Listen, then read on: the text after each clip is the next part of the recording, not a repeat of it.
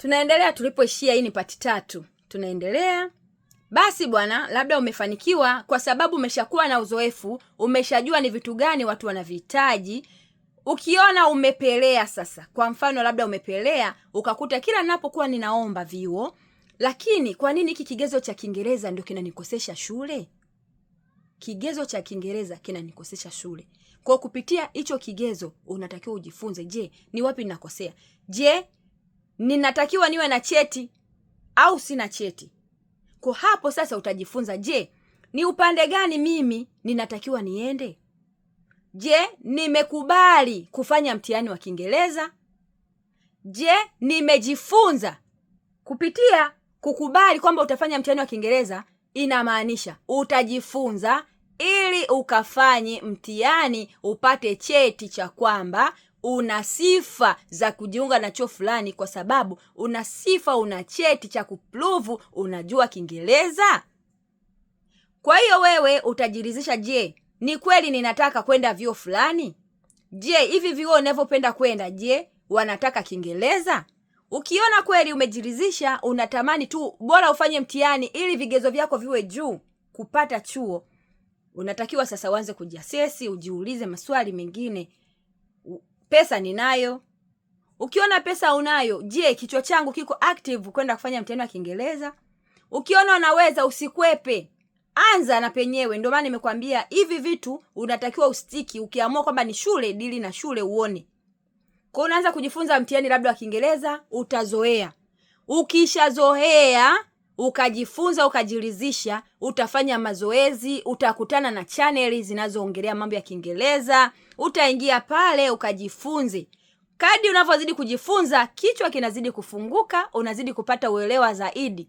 Utapambana, mwisho wa siku ukipambana, mimi naamini najua inawezekana ikakukatisha tamaa, lakini mtafutaji achoki. Kwa sababu umeamua, utakomaa mpaka utapata. Ukishapata mtihani wa Kiingereza, tiketi yako inakuwa ni kubwa sana, kwa sababu ule mtihani utakusaidia wewe kuwa na chance ya kuomba vyuo vingi. Kwa hiyo mwisho wa siku unaweza kuomba chuo na ukawa admitted, kwamba chuo tumekukubali kukupokea kwa kozi fulani kwa sababu una vigezo. Hicho ni kigezo cha nini? Mtihani wa Kiingereza utakubeba. Lakini ukiona wewe kwamba mimi nimejiangalia, ila mimi naona kwamba kwa sababu mtihani wa Kiingereza labda kuna nchi kadhaa ndio zinapenda, labda Marekani, labda Canada, labda UK na nchi kadhaa za huko England huko, utaona kwamba mimi labda nione tu nitafute zangu niende zangu labda nchi za Ulaya.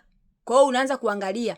Kwa hiyo kama wewe hutaki kufanya mtihani, na wewe utajiuliza maswali kwamba kama nataka kwenda, sitaki kufanya mtihani au sina pesa za mtihani, mimi option yangu ni kwenda Ulaya. Kwa hiyo unatakiwa uchague na wewe nchi zako kadhaa, alafu ufanye research. Je, katika hii nchi ni kozi gani naweza nikazipata ambazo vyuo vyake vinafundisha kwa Kiingereza lakini hawahitaji mtihani wa Kiingereza? Ukishajiridhisha, unaanza kuomba. Kuna malinki tu yanatembea, labda wapi huko Ujerumani kuna vyuo vinaomba. Unaingia, unaanza kukliki kwa sababu hautaki Kiingereza. Kwa hiyo kuna vitu unatakiwa ujiridhishe. Ukishajiridhisha, usiogope mambo ya kwenda kusoma. Kwa hiyo kupitia hapo utakuwa umejifunza kwamba mimi option yangu ni ya kwenda kusoma. Basi ngoja nifanye hiki kitu, nifanye hiki ili nipate kuwa admitted kwenye chuo husika. Kwa hiyo tusichoke kupambana, tusichoke kujifunza. Mwisho wa siku mimi naamini kila mtu ipo siku, yani kama wewe una malengo ya kutoka kwenda nchi za ugaibuni, ipo siku utatoboa na utatoka, na wewe utakuja kufundisha na wengine. Usiache kushare, kulike na kucomment.